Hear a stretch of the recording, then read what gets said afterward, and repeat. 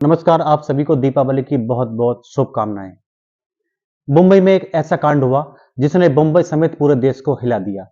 वो हत्या हुई थी एनसीपी के नेता बाबा सिद्दीकी की हत्या करने के बाद एक कुख्यात गैंगस्टर लॉरेंस बिश्नोई का।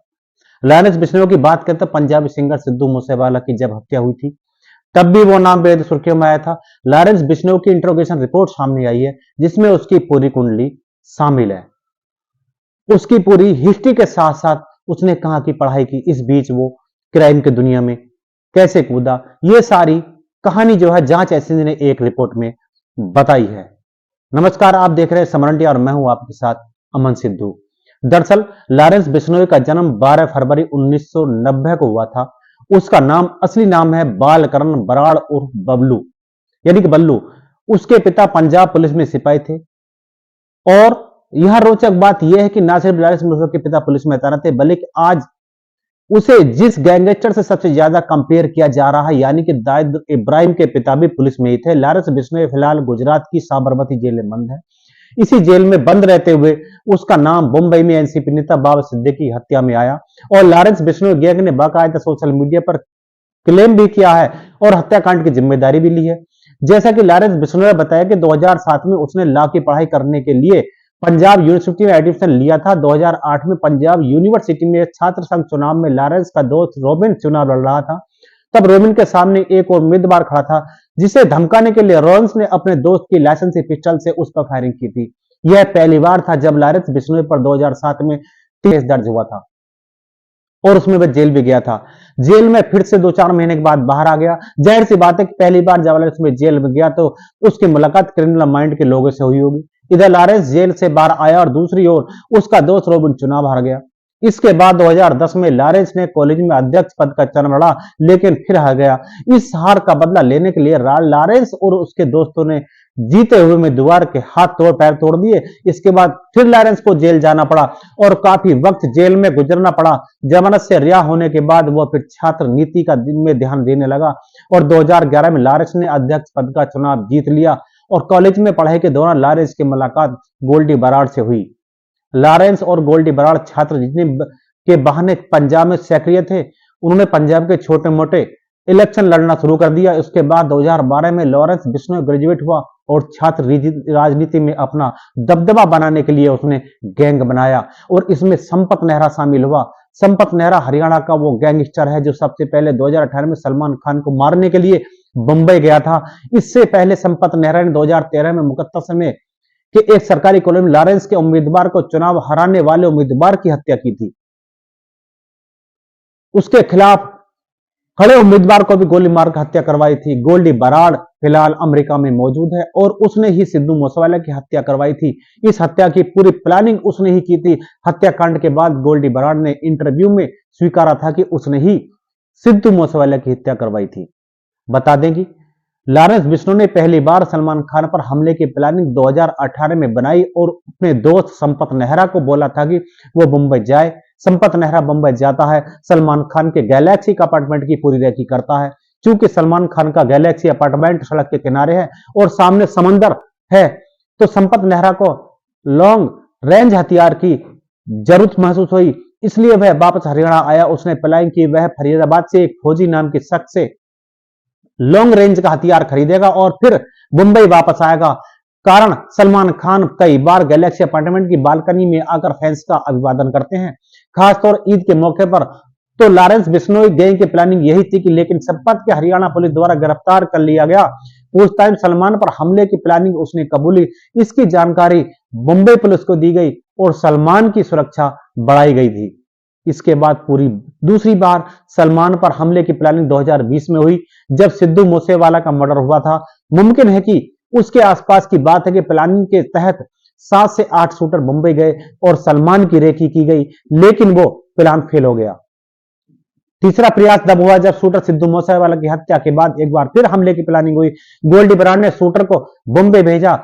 उसने मुंबई के पनवेल में सलमान खान के फार्म हाउस की रेकी की। यहां तक कि शूटर ने पनवेल के आसपास किराए का कमरा भी लिया और रेकी करते रहे। इस दौरान ये जांचा भी गया कि सलमान खान किस रूट से पनवेल में अपने फार्म हाउस पर आते जाते हैं, कौन सी गाड़ी होती है, कितने लोग शामिल होते हैं। इतना ही शूटर ने सलमान खान के गार्ड से दोस्ती भी कर ली थी और पूरी जानकारी लेने लगे। लेकिन उससे पहले ही इस प्लान की भनक दिल्ली पुलिस को लग गई और जानकारी मुंबई पुलिस को साझा की गई और लॉरेंस का प्लान फिर फेल हो गया। लेकिन फिर भी वो दो शूटर सलमान के गैलेक्सी अपार्टमेंट के बाहर पहुंचे और ताबड़तोड़ फायरिंग की। उसके बाद दोनों शूटर गिरफ्तार हो गए थे। जब दोनों शूटरों से पूछताछ हुई तो उन्होंने खुलासा किया कि अमेरिका में बैठा अनमोल बिश्नोई, जिस पर अभी हाल ही में ही एनआईए ने 10 लाख रुपए का इनाम रखा है, उसने ही दोनों शूटरों को टास्क दिया था कि वो जाएं और सलमान खान के घर पर फायरिंग करें। अनमोल बिश्नोई लॉरेंस बिश्नोई का सगा भाई है। इसके बाद पुलिस से लेकर जांच एजेंसियों को लॉरेंस बिश्नोई के नेटवर्क का अंदेशा हो चुका। लेडी डॉन अनुराधा, जो कभी आनंद पाल गैंग की मेंबर हुआ करती थी, उसने लॉरेंस बिश्नोई को लेकर कई बातों का खुलासा किया था।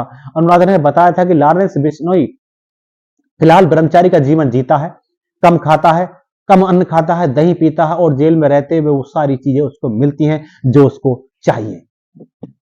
दादू इरहम जैसा सिंडिकेट खड़ा करना चाहता है लॉरेंस बिश्नोई।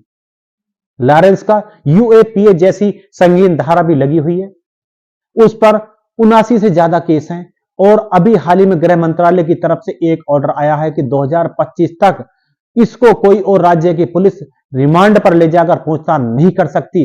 31 साल की उम्र में लॉरेंस बिश्नोई और उसके गैंग ने कोहराम मचा दिया है। दरअसल लॉरेंस ने ये पूरी जो प्लानिंग की है वो काफी लंबे वक्त से की है और शायद ये वजह है कि एनआईए ने अपनी चार्जशीट में कहा कि लॉरेंस बिश्नोई अपना सिंडिकेट दाऊद इब्राहिम की तरह खड़ा कर रहा है, जैसे 90 के दशक में दाऊद इब्राहिम ने अपना सिंडिकेट खड़ा किया। ड्रग नेटवर्क के जरिए सिंडिकेट खड़ा कर लिया है। उसके गैंग में 700 से ज्यादा शूटर हैं जो 5 राज्यों में सक्रिय हैं और उसका नेटवर्क 5 देशों तक फैला हुआ है। कनाडा, ऑस्ट्रेलिया, इटली आदि में बिश्नोई गैंग का एक विरोधी गैंग का मेंबर फिलीपींस में था, जो गोल्डी बराड ने वहीं पर शूट कर भेजा और उसका मर्डर करवाया। इस गैंग के लोग जो हैं गर्लफ्रेंड नहीं रख सकते, यानी कि पहले लॉरेंस बिश्नोई और उसका गैंग सिर्फ पंजाब और राजस्थान में कुछ हिस्सों तक ही फैला हुआ था। जेल में रहते हुए लॉरेंस बिश्नोई ने अपने सातिर दिमाग से दिल्ली में गोगी गैंग से दोस्ती की, हरियाणा में संदीप उर्फ काला जठेड़ी से दोस्ती की। इस तरह से अलग अलग राज्यों के गैंगस्टरों से हाथ मिलाया और उसके बाद लॉरेंस का गैंग पूरे देश में फैल गया। लॉरेंस के ब्रह्मचार्य जीवन की बात करें तो बताया जाता है कि इस गैंग के सब लोग कभी लड़कियों से कोई बात नहीं करते। लॉरेंस बिश्नोई की खुद कभी कोई गर्लफ्रेंड नहीं रही है। उसका भाई अनमोल बिश्नोई अमेरिका में बैठा हुआ है, कोई गर्लफ्रेंड नहीं है। इतना ही नहीं, गोल्डी बराड की भी कोई गर्लफ्रेंड नहीं है। ऐसा इसलिए क्योंकि अगर किसी भी गैंग का सदस्य किसी लड़की के संपर्क में आता है तो फोन पर बात करने को लेकर एजेंसी के रडार पर आ सकता है, साथ ही एजेंसी लड़की के जरिए गैंग तक पहुंच सकती है। लॉरेंस खुद जेल में है और पूरी तरह से ब्रह्मचर्य का जीवन जीता है। नवरात्र में वो 9 दिन का व्रत रखता रहता है। इस बार नवरात्र में उसने 9 दिन का मौन व्रत भी रखा हुआ है, यानी कि लॉरेंस बिश्नोई को जब मौन व्रत रखता है तो उसका कनेक्शन बड़ी वारदात से होता है। ऐसे में माना जाता है कि जब जब लॉरेंस बिश्नोई मौन व्रत रखता है तो उसका गैंग किसी बड़े कांड को अंजाम देता है और इस बार भी ऐसा ही देखने को मिला। उसने 9 दिन नवरात्रों में मौन व्रत रखा और दशहरे पर बाबा सिद्दीकी की हत्या कर दी गई। आज तक ने भी इस बात का खुलासा किया कि सबूतों के साथ ही जब लॉरेंस बिश्नोई दिल्ली के तिहाड़ जेल में बंद था तब वहां से एक फोन कॉल को इंटरसेप्ट किया था। एनसीओ ने वो फोन कॉल विदेश से दिल्ली के तिहाड़ जेल से की गई। तिहाड़ जेल में बंद दिल्ली जब उसने फोन उठाया तो दूसरी तरफ से आवाज आई कि बिश्नोई से बात करना है। जब लॉरेंस बिश्नोई ने फोन पर बात की तो दूसरी तरफ से कॉल कर रहे शख्स ने कहा कि सिद्धू मूसेवाला को मार दिया है, यानी गोल्डी बराड ने अपनी अमेरिका में बैठकर सिद्धू मूसेवाला का मर्डर किया। जब अजमेर जेल में लॉरेंस बिश्नोई बंद था तब एक जेलर ने उसको धमकी दी थी कि और उसके बैरक में चेकिंग करा दी थी। हैरान करने वाली बात यह है कि लॉरेंस बिश्नोई ने जेलर पर अजमेर में बाहर हमला करवा दिया था और जेलर के पैर में गोली लगी थी।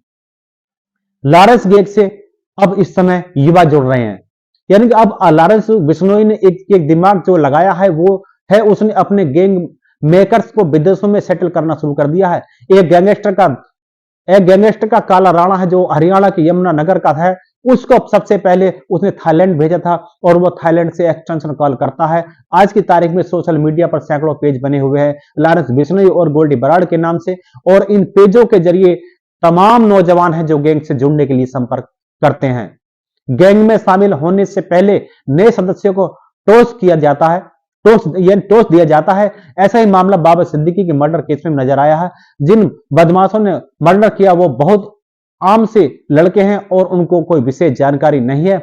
वारदात को अंजाम देने के लिए 50,000 से लेकर 1,00,000 रुपए तक मिलते हैं और उसके बाद या तो अनमोल बिश्नोई बात करता है या फिर जेल में बैठा लारेंस बिश्नोई खुद भी मैसेज देता है। ये बहुत चिंता की बात है कि युवा लड़कों का झुकाव लारेंस बिश्नोई की तरफ बढ़ रहा है। आपको बताते हैं कि उत्तर प्रदेश बिहार में भी 90 के दशक में एक वक्त था कि युवा लड़के दाऊद इब्राहिम और डी कंपनी से जुड़ते थे। वैसे ही आज लारेंस बिश्नोई गैंग से जुड़े रहते हैं। लारेंस जब छात्र राजनीति में कई बार जेल से बाहर आया और वापस जेल गया, उसके बाद 2013 में वो शराब कारोबारी है के बाद उसने और उसके दोस्त ने शराब के कारोबार में पैसा लगाना और 2 साल में उसके बाद कई लोगों की हत्या करवाई और अब लारेंस गैंग को अनमोल बिश्नोई अमेरिका में बैठकर ऑपरेट कर रहा है। राजस्थान का कुख्यात गैंगस्टर रोहित भी अमेरिका में बैठा हुआ है, जिसने गोगा मेड़ी की हत्या करवाई थी। चर्चित गोगा मेड़ी की हत्या घर में घुसकर की गई थी। तीसरा गोल्डी बराड़ है जो अमेरिका में बैठा हुआ है। ये तीनों मिलकर गैंग चलाते हैं। अब तकरीबन 1 साल पहले की बात है। गोल्डी बराड़ के भाई गुराल बराड़ की हत्या हुई थी और वो हत्या बम्बिया गैंग के लोगों ने की थी। जिसने हत्या की थी उसको हरियाणा में खोदकर लारेंस बिश्नोई गैंग ने बड़ी बेरहमी से मारा था। यहां तक कि कनाडा के प्रधानमंत्री जस्टिन ट्रूडो भी लारेंस बिश्नोई का नाम कनाडा की संसद में लेते और कहते कि लारेंस बिश्नोई भारतीय खुफिया एजेंसियों के लिए काम कर रहा है। और लारेंस बिश्नोई गैंग ने ही हरदीप निज्जर जो खालिस्तानी आतंकवादी था उसकी हत्या करवाई थी। अब यह देखना होगा कि लारेंस बिश्नोई और गैंग पर क्या कार्रवाई होती है। अब तो यह समय ही बताएगा। मिलते हैं अगली वीडियो में, तब तक के लिए नमस्कार। और हां, अगर आप हमारे चैनल पर नए हैं तो कृपया सब्सक्राइब करें, लाइक करें और कमेंट करें।